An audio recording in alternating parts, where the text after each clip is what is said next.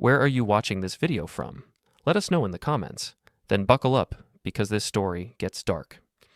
Aleister Crowley, once dubbed the wickedest man in the world, is a name that still sends chills down spines today. Born in 1875, Crowley rejected the Christian faith of his family and spent his life diving headfirst into occultism and satanic rituals. He called himself the Great Beast 666, and his followers ate up every twisted word. Crowley founded Thelema, a spiritual philosophy that glorified self-indulgence and rebellion against morality. His mantra? Do what thou wilt shall be the whole of the law. It sounds empowering on the surface, freedom with no rules, but beneath it lay a dangerous, hollow promise. Crowley's rituals included drug use, bizarre ceremonies, and alleged attempts to summon demonic entities. He traveled the world searching for dark enlightenment, leaving destruction and ruined relationships in his wake. But where did this path of limitless freedom lead him? By the end of his life, Crowley had lost everything. Addiction to heroin consumed him. His health deteriorated, his fortune vanished, and he died alone in 1947, broke, frail, and defeated. Even his loyal followers turned on him, realizing the spiritual truth he sold was nothing but a poisoned lie. Crowley's story serves as a stark warning. How many lives did he ruin with his promises of power and purpose? How many souls did he lead astray by masquerading as a prophet of rebellion? For all his bold words, Crowley couldn't escape the truth. Darkness only leads to destruction. Is rebellion worth it when it costs you everything? Let us know what you think as we move to the next chilling figure in this journey into the shadows. Are you ready? The story takes a darker turn. Anton L, the man who brought Satanism into the spotlight, was as much a showman as he was a manipulator. In 1966, LaVey founded the Church of Satan, a movement that embraced indulgence, materialism, and defiance of traditional values. With his shaved head, dark attire, and theatrical rituals, LaVey turned Satanism into a brand, marketing rebellion like it was a ticket to power and freedom. His Satanic Bible, published in 1969, promised liberation from morality, urging followers to embrace their desires and reject the idea of sin. But was this freedom real? Or was it just a mask for something darker? LaVey thrived on controversy, attracting celebrities, outcasts, and lost souls alike, all seeking meaning in his twisted philosophy. Yet, behind the velvet curtains of the Church of Satan, there was emptiness. LaVey's life of indulgence couldn't deliver the happiness or power he promised others. As the years wore on, his empire began to crumble.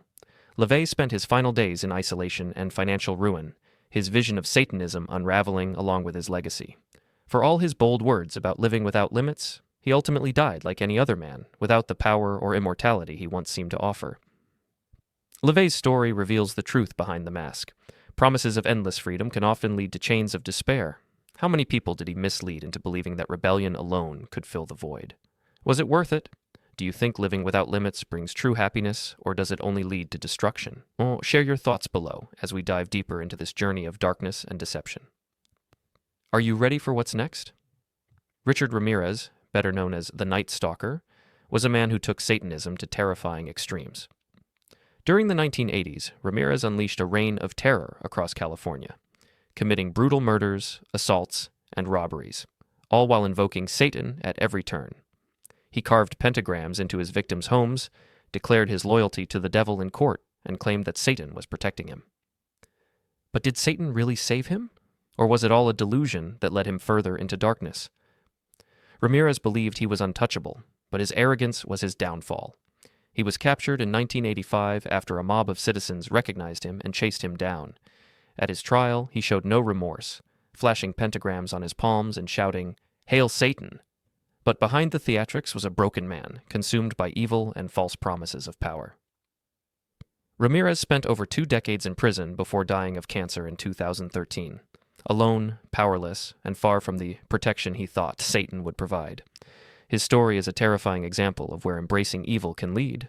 Ramirez believed he could justify his horrific acts by hiding behind Satanism, but instead of power, he found destruction. What did his allegiance to darkness really give him? Nothing but suffering and an eternal legacy of fear. Do you think Ramirez truly believed Satan was on his side, or was he just using it as a twisted excuse for his actions? Let us know your thoughts in the comments, because the deeper we go, the darker it gets. Are you ready for the next story? The next story hits close to home, especially for younger audiences. Teenagers are often drawn to rebellion, but for some, that rebellion takes a deadly turn into the dark world of Satanism. Take the case of Ferell, a troubled teen who claimed to be a vampire and a Satanist. In the late 1990s, Rod led a group of followers, convincing them he had supernatural power granted by dark forces. His twisted beliefs drove him to commit a brutal double murder, a crime that shocked the nation. At just 16 years old, Rod was arrested and sentenced to life in prison, his life destroyed by the false allure of Satanism. Rod's story is not unique. Many vulnerable teens struggling with identity, mental health, or family issues get lured into satanic subcultures promising power, belonging, or meaning. But the reality is far from what they expect. Instead of finding purpose, they're met with chaos, violence, and self-destruction. Manipulative leaders prey on their insecurities, feeding them empty lies that lead to tragic consequences. How many young lives have been lost because they believed rebellion and darkness would give them control? The truth is, Satanism doesn't offer freedom. It traps its followers in fear, confusion, and despair. Ferell's story serves as a grim reminder that the search for identity in all the wrong places can end in irreversible tragedy. Why do you think so many young people fall for dangerous ideologies like this? Is it rebellion, loneliness, or something more? Share your thoughts below as we uncover more stories of darkness and their devastating consequences. David Berkowitz, infamously known as the Son of Sam killer, is another disturbing figure whose descent into darkness was fueled by satanic beliefs. In the late 1970s, Berkowitz terrorized New York City with a series of brutal shootings, claiming the voice of a demon, which he attributed to Satan, told him to kill. He linked his actions to a supposed satanic cult, blaming the devil for driving him to commit murder. Berkowitz believed that Satan's influence was controlling him, and that he was merely a vessel for demonic power. But was he truly being manipulated by dark forces, or was he using Satanism as a cover for his violent actions? After his capture in 1977, Berkowitz continued to claim that he was under the control of Satan and his cult, though later in prison he recanted this, admitting that his actions were driven by his own disturbed mind. He spent decades in prison, his belief in Satanism slowly fading as he converted to Christianity, revealing that his claims of satanic influence were, in his own words, a result of his mental breakdown. Berkowitz's life illustrates the terrifying power of manipulation, both of the mind and of ideology. Satanism didn't provide him with power or control. Instead, it led him to a path of horror, imprisonment, and self-destruction. His story reveals how people can be seduced into believing that external forces control their fate, only to discover too late that it was their own choices that led them to ruin.